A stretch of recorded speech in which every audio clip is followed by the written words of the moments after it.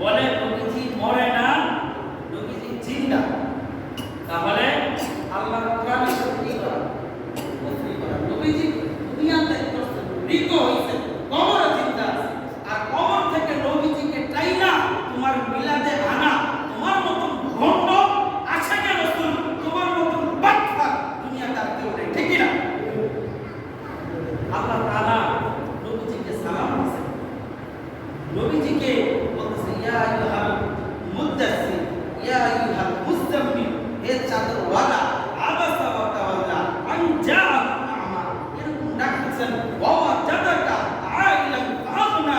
নবীজিকে বলতেছেন আমি কি আপনাকে এত আপনি তুমি সালাম সব দিতেছেন, আপনি হে নবী এইভাবে ডাকতেছেন। যেই আল্লাহ নবীজিকে সৃষ্টি কইরা এত সম্মান দিলেন, ওই আল্লাহ কখনো নবীজিকে হে নবী বলেন না। তোমার মতন বেয়াদব কিভাবে নবীজিকে হে নবী, ঠিক না?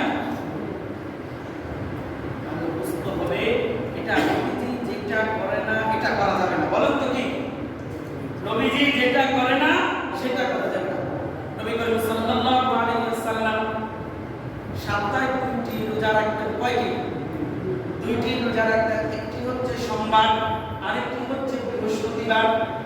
সোমবারে নবীজি কেন রোজা রাখতেন? আপনারা তো ইতিহাস জানেন, নবীজি ওই দিনে জন্মগ্রহণ করেছেন। এই শুকরিয়া আদায়ে নবীজি ওই দিন কি রাখছেন? রোজা রাখছেন। আর তুমি কেমন ছিলা মার্কা আশিকে রাসূল, নবীজি যেই দিন শুকরিয়া আদায়ে নবীজি জন্মগ্রহণ করেছে ওই দিন নবীজি রোজা রেখেছেন। আর তুমি কেমন আশিকে বাটফা, তুমি ওই দিন জিলাপি খাও, ঠিক না? বিলাপ করে কি খাও? মানে এরকম আশিকে রাসূল নবীজি রাখছে রোজা। নবীজি তুমি যদি আশিক দাবি করে তাহলে তুমি কি জিলাপি খাইবা না রোজা রাখবা?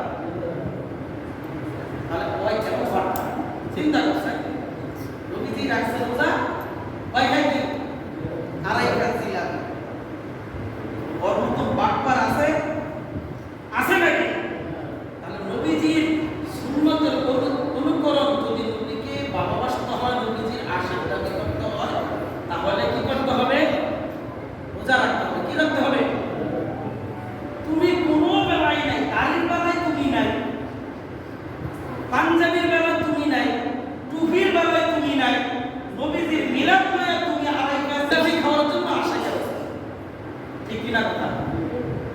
নবীজির আশীর্বাদ দাবি করতে নবীজি দাঁড়িয়ে রাখছে, তাই না? এটার মতো আর বড় সুন্নত আছে না যেটা কবরে দেখবেন যারা এই বাটফারি লেয়া করে দেখবেন দাঁড়িয়ে, এক নাম্বার। আর একটা হচ্ছে বিড়ি খায়। হ্যাঁ, মানে যারা আশিকে রাসূল দাবি করে দেখবেন ওই দিন কি বিড়ি তো টানতে আছে। তাহলে বাটফারের একটা লিমিট থাকে, কেমন নাম্বার 1 বাটফার। তাহলে নবীজির আশীর্বাদ দাবি করতে হলে নবীজি রঙে রঙাইতে হবে। কি করতে হবে? নবীজির রঙে রঙাইতে হবে। ওই নবীজির নাম ভাঙ্গিয়া বাটফারি করবেন, এই বাটফারি চলবে না, ঠিক না? তাহলে আল্লাহ রাসূল সাল্লাল্লাহু আলাইহি ওয়াসাল্লাম আরেকটা হাদিসে বলেন কুল্লু বিদআতিন দালালা ওয়া কুল্লু দালালাতিন ফিন্নার। প্রত্যেকটা বেদাত গুমরাহি, প্রত্যেকটা কি বেদাত গুমরাহি, বাতিল ভ্রষ্টতা। আর একটা বেদাত কুল্লু দালালাতিন ফিন্নার, একটা বেদাতি আমল আপনাকে জাহান্নামে নেওয়ার জন্য একটা আমলে যথেষ্ট। হচ্ছে বিষয়টা। তাহলে নবীজির ইতিহাসের ভিতরে কোনো মিলাদ পাইছেন? কথা বলেন, পাইছেন? বারবার বলে পাইছেন? সাহাবায়ে কেরামের ইতিহাসের ভিতরে পাইছেন? তাবিঈনের ইতিহাসের ভিতরে পাইছেন? খোলাফায়ে রাশিদিনের ভিতরে পাইছেন? না পাইলে আপনি এটা পাইলেন কোথায়? নবীজি যেটা করেন এটা আপনি করেন কেন? বিদায় হজের ভাষণ নবীজি বলছেন তোমাদের কাছে আল্লাহর পক্ষ থেকে যা আসছে আমি তোমাদের কাছে পৌঁছিয়ে দিয়েছি, আর কোনো টুকটাক বাকি আছে। সাহাবায়ে কেরাম বলছেন ইয়া রাসূলুল্লাহ আর কোনো বাকি নেই। তাহলে এই মিলাদটা নবীজি বাকি দিয়েছিল নাকি? হ্যাঁ, শুধু নবীজি এই মিলাদটা বাকি রাখছিল। মানুষ তো ভণ্ড, নবীজি যেটা বলে না তুমি এটা আবিষ্কার করছো, এটার নামই বেদাত।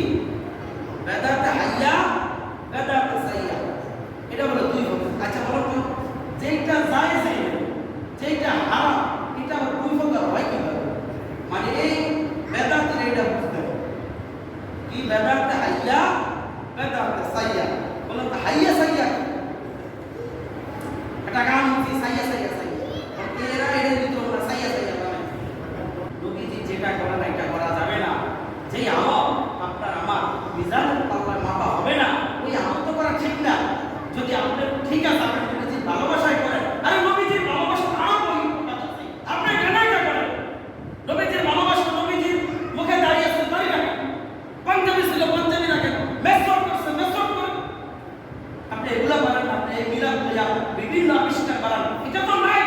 এটা কেন বলেন আপনারা? তাহলে নবীজির 63 বছরের জিন্দেগিকে কি বলা হয়? সিরাতুন নবী। কি বলা হয়? সিরাতুন নবী।